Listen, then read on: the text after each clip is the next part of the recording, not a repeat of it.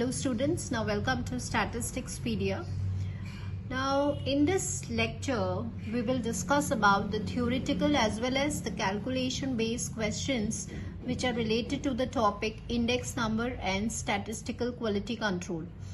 अब I would like to give you one of the important tip जो अभी मैं आपको बिल्कुल last of the video बताऊंगी related to your statistics paper. So चलिए let's begin with the questions now. The factor reversal test was suggested by, तो आपको पता है कि जो इंडेक्स नंबर है उसमें we have the consistency test, उसमें आपका टाइम रिवर्सल टेस्ट है, फैक्टर रिवर्सल टेस्ट है, सर्क्यूलर टेस्ट है, यूनिट टेस्ट होता है. तो जो फैक्टर रिवर्सल टेस्ट है वो किसने दिया है?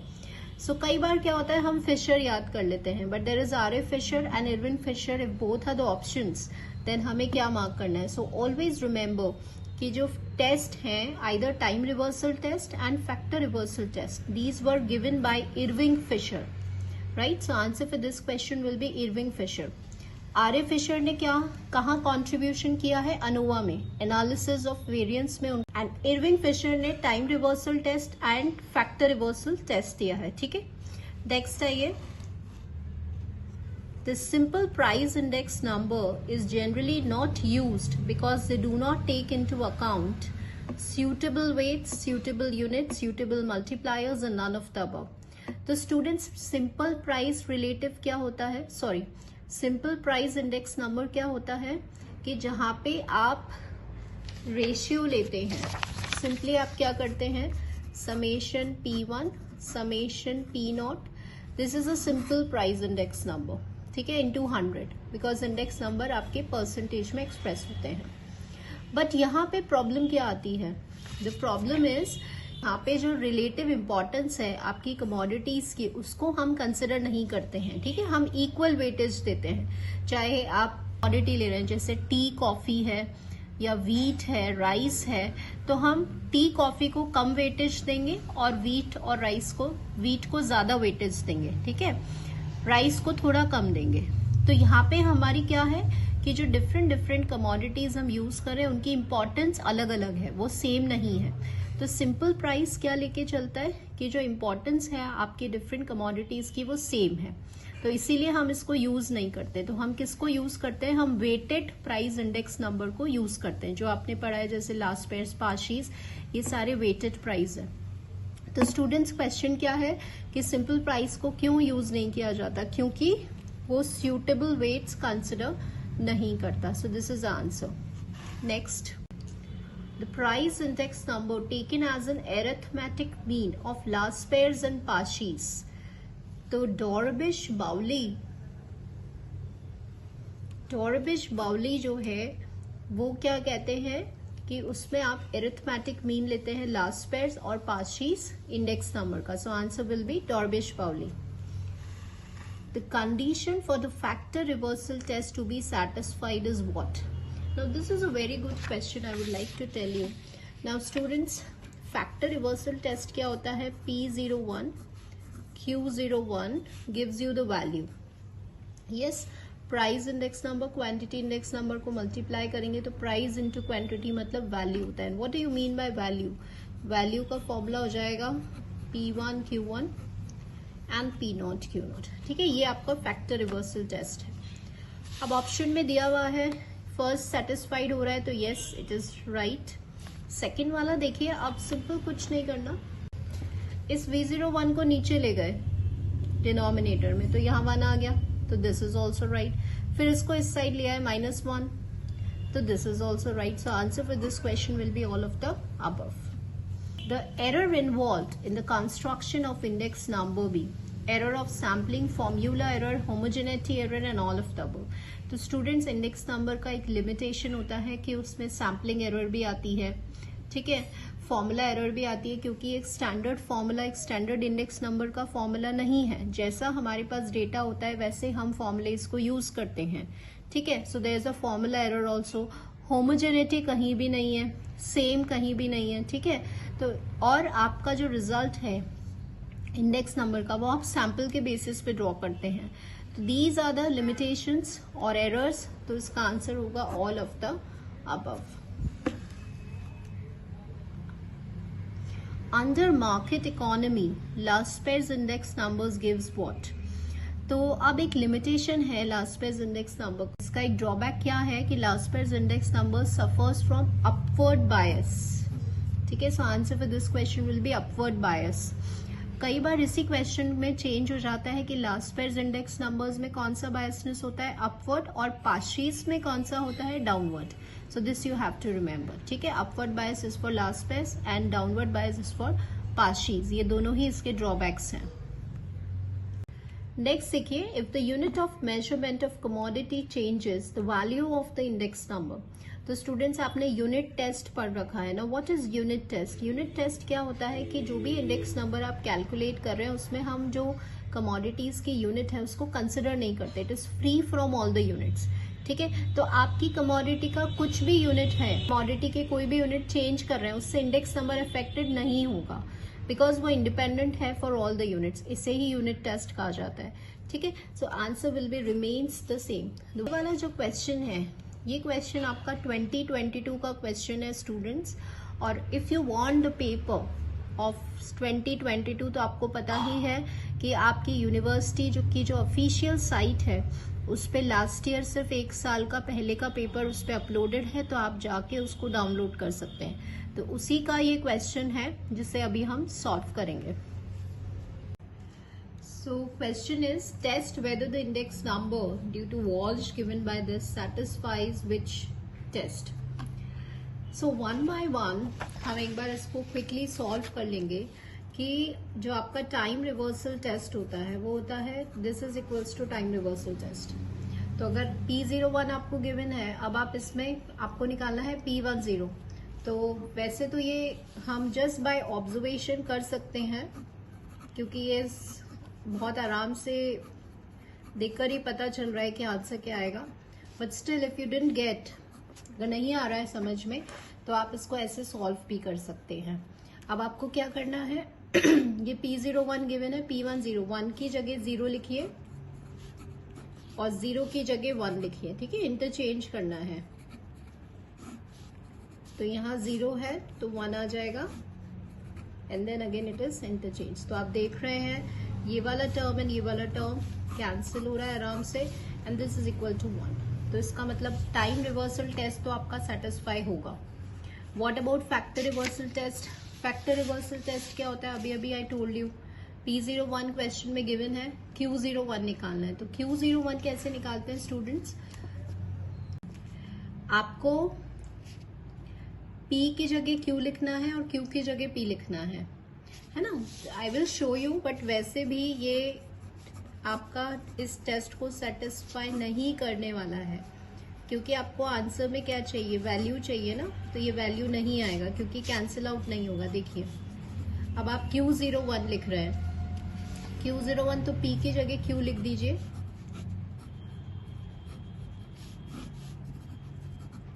और Q की जगह P लिखना है आपको। तो देखो ये आ रहा है। अब कुछ भी, ये तो कैंसिल होगा नहीं। अगर ये कैंसिल होता तो फिर ये वैल्यू के इक्वल आता, but it is not cancelling out, so therefore it is not equals to B01। तो इस फैक्टर रिवर्सल टेस्ट को ये सेटिस्फाई नहीं करता। तो आंसर क्या है कि it will satisfy time reversal test. अब आइए यहाँ पर, again this is a very good question. ये आपका 2022 का question. The ratio between the Laspeyres and Paasche's price index is 28:27। Ratio दिया हुआ है लास्ट पेयर्स और पार्शीज का। आपको मिसिंग वैल्यू P निकालना है। 4 options are given to you. ये आपका मिसिंग वैल्यू P है। बेस ईयर मतलब 0 होता है, you know that, and current year मतलब 1 होता है, that also you know that. ठीक है, तो अभी मैं यहीं पे लिख लेती हूँ ताकि हमारा कैलकुलेशन ईजी हो जाएगा। ये P0 हो गया और ये अपना Q0 हो गया, ये आपका P1 हो गया और ये आपका Q1 हो गया स्टूडेंट्स। तो what we'll write it over here, देखिए आपको लास्ट पेयर्स और पार्शीज का रेशियो गिवन है, कितना है 28:27 गिवन है। ठीक है, now what is last pairs? Base year quantities को जिसमें वेट्स लिया जाता है, तो फॉर्मूला हो जाएगा आपका ये। And what is Paasche's? Current year quantities, तो फॉर्मूला हो जाएगा आपका ये। This is 28:27। 27। तो अभी हम क्या करते हैं, यहीं पे इसको सॉल्व करेंगे। P1 Q0 20 है ना, पहले ये वाला देख रहे हैं, और दिस इंटू दिस, तो 20 प्लस 5P हो गया,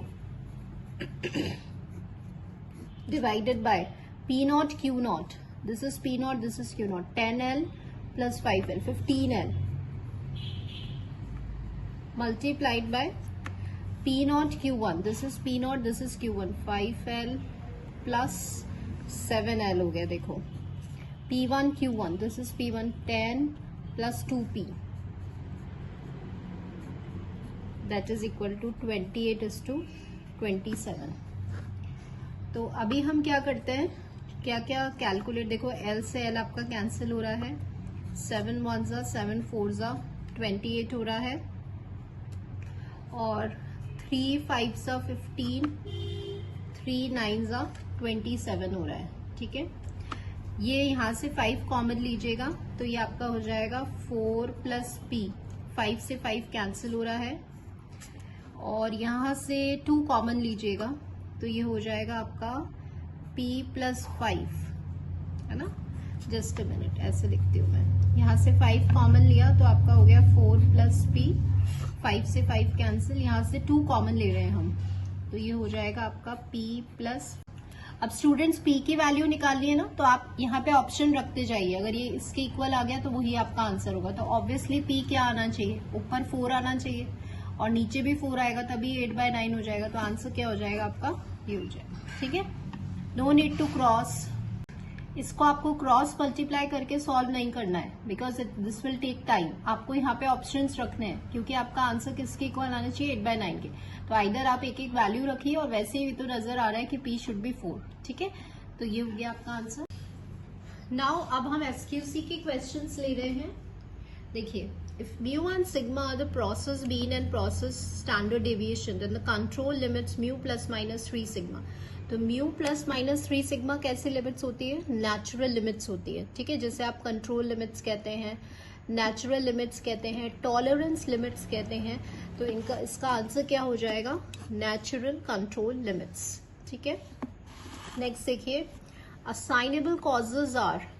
तो सबसे पहले हमें पता है कि 2 कॉजेज ऑफ वेरिएशन होते हैं, एक नेचुरल कॉजेज ऑफ वेरिएशन या रैंडम कॉजेज ऑफ वेरिएशन, और एक असाइनेबल होता है। तो रैंडम या चांस कॉजेज ऑफ वेरिएशन देखिए हमेशा आपके प्रोसेस में प्रेजेंट रहेगा, उसको आप एलिमिनेट नहीं कर सकते। ठीक है, लेकिन असाइनेबल कॉजेज क्यों होते हैं, जैसे आपका रॉ मटेरियल डिफेक्टिव है, या आपका जो ऑपरेटर्स हैं वो ट्रेंड नहीं है, मशीन में कोई प्रॉब्लम है, मशीन की सेटिंग इम्प्रॉपर है।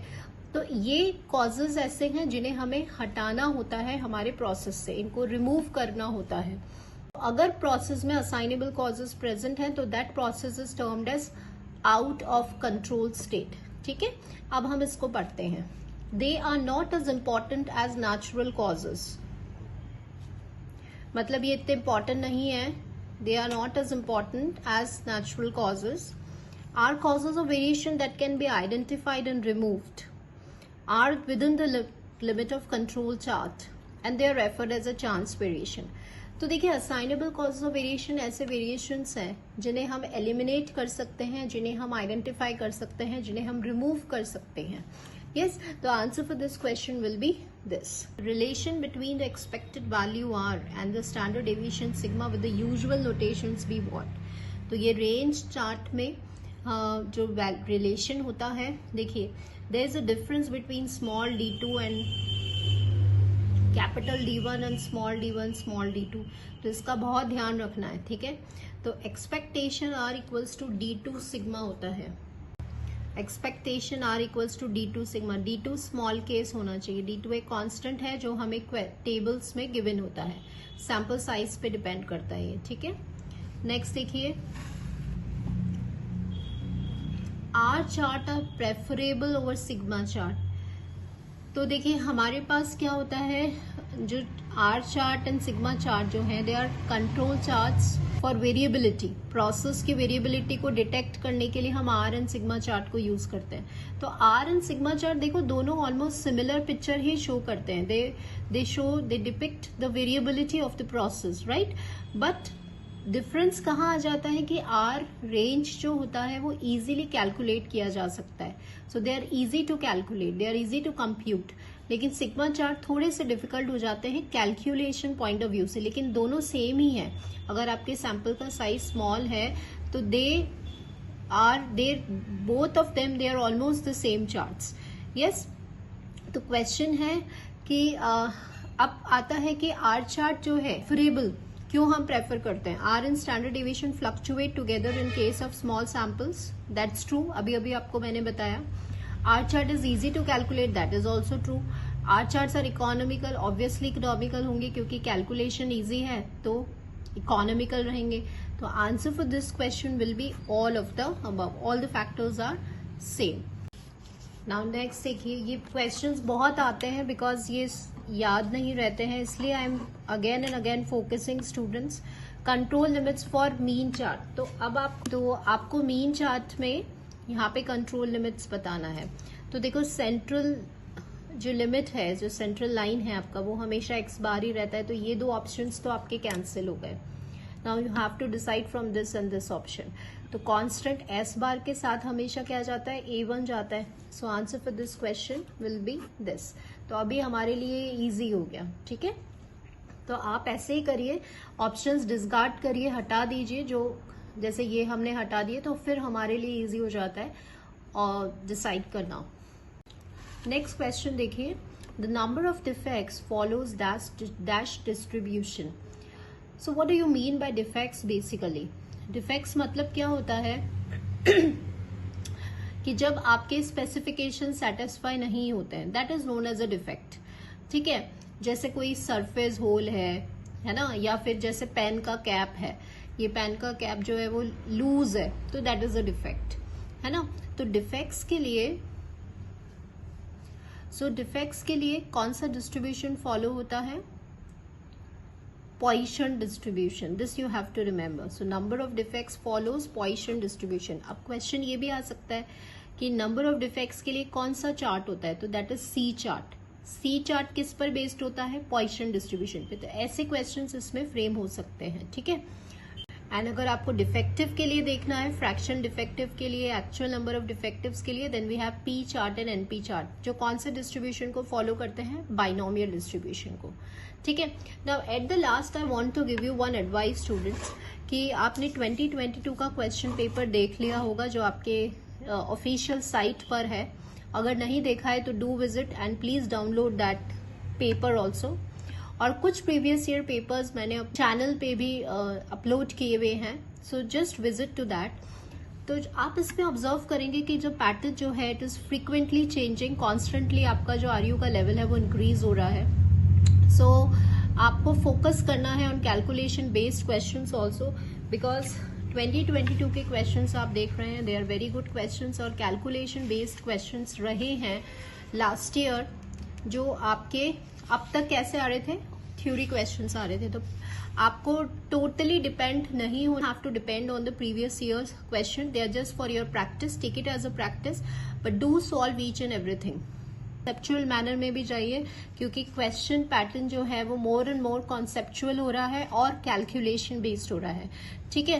तो थ्योरी भी आएगी, मतलब डीपली हमें अच्छे से स्टडी करना है. Now this is a high time, so do focus, do study and give your best, prepare your short notes and practice more and more. So thank you students for watching the video.